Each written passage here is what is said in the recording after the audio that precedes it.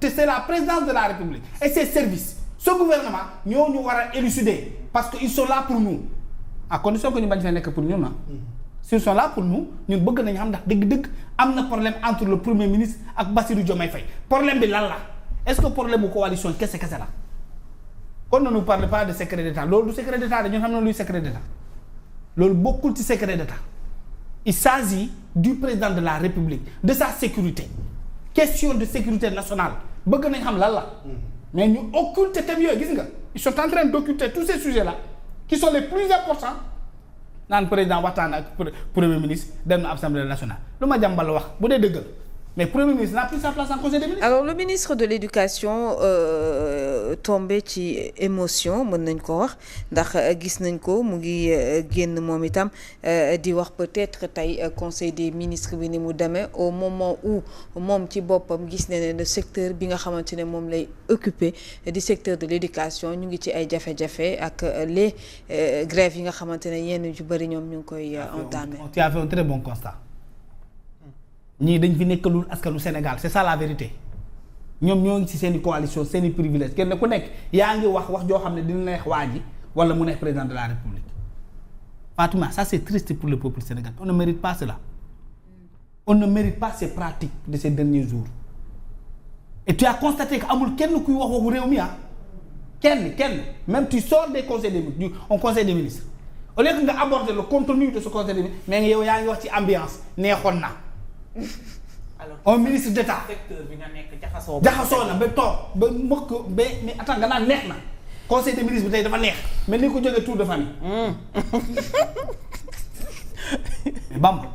tour de famille la nit di jógee ne say suñu tour de famille ba neexoon na waaw dëgg yàlla on parle de l'État conseil des ministres la crème de la crème du Sénégal fu ñu dajee war a réfléchir sur les destinées de ce peuple de ce pays pendant que ça grogne au sud ça pétarade au nord et à l'est du pays. On parle d'attentats à quelques 200 kilomètres de nos frontières. Ces sujets ne sont plus abordés. Et je vous assure, moi je ne sais pas est-ce que ce pays-là a la capacité de faire face à toutes ces crises que Bassirou Diomaye Faye a énuméré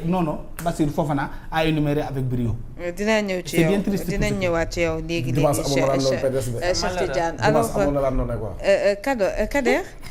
Kader ci li nga xamante ne moom moo nekk mu mel ni instant bi mbiru enfantillage dëgg la ñu nemmeeku au sommet ci li nga xamante ne tey jii moom lañ nemmeeku le président mooy Sonko mooy Diomaye du moom loolu amul voilà leneen la génn ku ci mel ni le député Bara Ndiaye mi nga xamante ne jamono ji mu ngi génn fu nekk lay wax ci li nga xamante ne waxtaanee nañ ko ci biir conseil des ministres boobu on a vu également le communiqué bu bureau PASTEF bi gis nañ ne ñenn ñi am na ci ñoom ñu ko xotti itam. Fatima. On est dirigé par des incapables. On est dirigé par malheureusement des gens ignorants ñi nga xam ne seen xamuñu lan moom mooy secret d'état lan mooy état lan moom mooy pouvoir naka lañ koy gérer gis nga doole du fowukaay état du fowukaay pour plaire ay tierces personnes tax lu xew nga génn wax ko di nga wax ba wax musiba ñii xamuñu ci lu ñu yor ñii ay xale la ñu yor pouvoir di fow ak moom xamuñu dëggantaan ci lu ñu ne il faut vraiment quelqu'un pour leen mën a wax ni arrête les affaires de l'État nañ ko gérer dans la plus grande discrétion les affaires de leur parti bu leen neexee ñu rendre ko public et kenn rek moom moo seul responsable c'est le président de la République si le président moom xamatul dëggantaan pouvoir bi ko yàlla jox ak bi ko Sénégalais yi dénk mais de grâce il n'est pas obligé de continuer le mandat. mais le président ci foofu lan la fa def tam en fait. il n'est pas obligé de continuer le mandat. c'est-à-dire. mais ma foofu laa jëm. bëgguñu ko. non su fekk.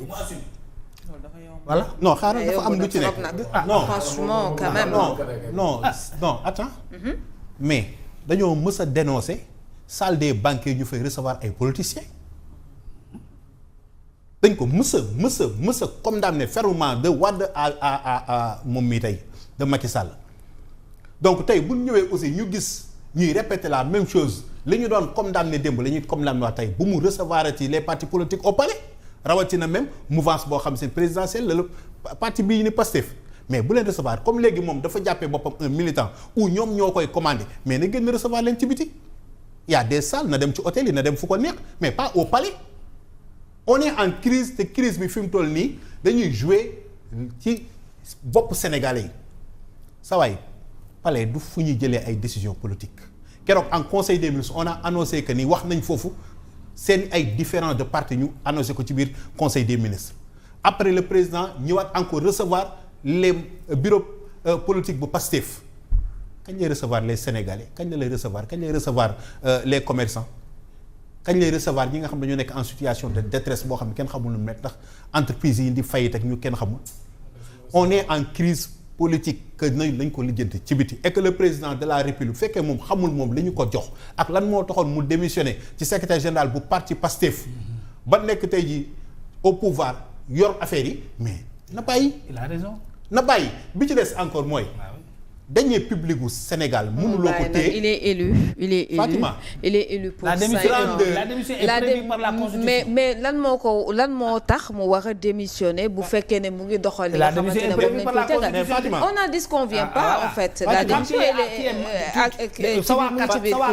voilà non boo attends dafa sori mais foofu mais yeggaguñu foofu il est élu pour 5 ans on attend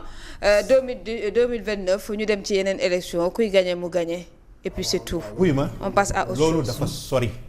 gis nga dafa sori de. quand vous ne pouvez pas. ma ne di ngeen ko muñ laa wax. parce que 54% des Sénégalais 54% des Sénégalais ñoo ko élire mu nekk président de la République. il est là pour 5 ans. maintenant clivage ak ay ñu bokk ci moom ñoo bëgg mu démissionner ñooñu. bu mu démissionner na sol bu président de la République mu jot ko. il est et puis élu on par passe à suffrage autre chose. universel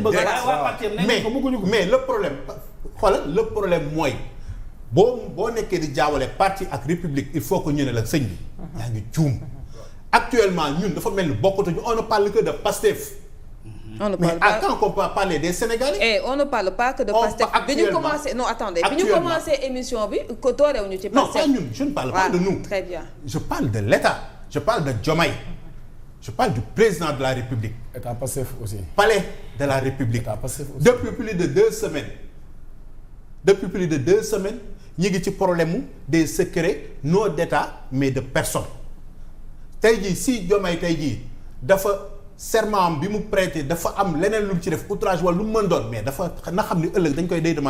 rendre compte. bien sûr parce que mënuloo tey jii yow ñu dénk la réew mi. moo xam sa premier ministre ou un ministre dafa commettre benn faute nga di ko protéger. lan moo xew entre Ousmane Sonko et le président de la République. on a besoin de savoir. waaw maintenant ce n'est plus l'affaire de Diomaye ak de Ousmane. parce que loo xam dafa tenir le pays en haleine depuis plus de 2-3 semaines ñu di ci wax le premier ministre se permet di gën a di la wax directement. mais quand il vous parle quand il s'adresse au président de la République c'est pas Bassirou Diomaye Faye le père de la nation. alors ci yenn indiscrétion yi dégg nañ que ne le président de la République wax na que ne ki la di premier ministre am joxu ko cër bu ñu sukkandikoo ci li nga xamante ne moom moo génn. mais loolu laa lay wax nii loolu laa lay wax nii dama ne. mi ngi neex non xam nga président wax loolu dafa sa premier ministre bi gouvernement man président de la République t'as pas la parole terminé ñu jox ñeneen ñi après ngeen doogu ñëwaat. parce que le père de la nation su un citoyen moom se permettre taxaw di ko xas aux yeux et aux yeux de tout le monde ñëpp di gis yow mënoo sévir te buñ la waxee nga mere nit ñi mais mënuloo remplir fidèlement sa li nga xam ne moom moo di les charges le président de la dafa war di sévir quand il faut te lii ni Ousmane nekk di def du dëgg actuellement ñi ngi mettre le pays en danger su ñu demee ba un premier ministre un invité war a ñëw au Sénégal mais pour des détails personnels mu renvoyer loolu mais dafa laaj taxaw seetlu parce que ces 2 personnes là ils sont en train de foutre le pays ci loo xam du loolu parce que tey jii le premier ministre la Mauritanie bi mu fi waree ñëw da nga yaakaar ni c'était pour visite rek dem ñibbi mais am na lu ko fi doon indi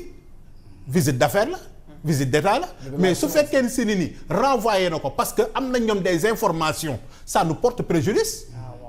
mi ngi porte préjudice au plus haut niveau loo xam ne si ni dépassé na Pastef dépassé na Ousmane Sonko la personne de Ousmane Sonko fils de et de Diomaye nangam non mais actuellement ay institutions lañ nekk di fowee et que loolu ça nous porte préjudice ci suñu économie déclaration Ousmane Sonko dafa ndëppal dëkk bi ci suuf ndax dette cachée ñu jógee ci loolu ñu ñuy wax naan ba léegi juboo waguñu ñun seen jubóog seen ñàkk juboo ñun ça nous quand même donc mais li ñu soxla moom mooy quand même le président la am na loo xam ne si su Ousmane commettre ay fautes ci charte réew mi am na loo xam ne nee na ko lii ku ko def dañ la war a sanctionner su fekkee nag le président dafa décider moom protéger Ousmane Sonko moom il va rendre compte tôt ou tard son mandat dana mës a jeex xaaral kii non xam nga lu tax su fekkee dafa nekk di protéger Ousmane ñi fi nekkoon di accuser tey jii de Macky Sall dañ ko war a traduire pour CPI feneen fu mu mën doon cour pénale haute trahison mais moom du ci mucc parce que tey jii crime boo protéger tey bu subaa di nga rendre compte et lépp lu ñu xaatim ci këyit day génnaat le régime là day jeex lan moo nekk ci diggante Ousmane qu'est-ce que Ousmane a fait ba tax moom mu mën a mer Ousmane mën a mer les affaires de Mimi de Aïda Mbodj loolu kan Sénégal la intéressé kan la intéressé ba ñu war a mën a jël loolu mu mën a paralyser dëkk bi mën a mettre lépp en danger ba nekk nit ñi nekk ci tension xoolal dama ni bu fekkee am na lu ñuy nëbb Diomaye bu weerul loolu ci place publique bi tôt ou tard il va rendre des comptes et que bu boobaa bu neexee bu naqare na xam ni moom la léegi nag ñoom la ñuy xaar li Bamba di faral di wax dafa am yenn yoo xamante ne itam du lépp la ñuy jël teg ko ci pénc yéen a fi waxoon keroog ne homme d'état dafa am ak homme d'état il faut que ñuy bàyyi xel loolu aussi tamit y a ces choses yoo xamante ne autorité dëkk day am tuuti nag am tuuti retenu nag vraiment alors dina ñëwaat ci yow Cheikh Tidiane may ñu rek ba ci kanam Fatou ci coow li alors retrouvailles entre le président de la République et son premier ministre et après lan mooy impact bi ci askan bi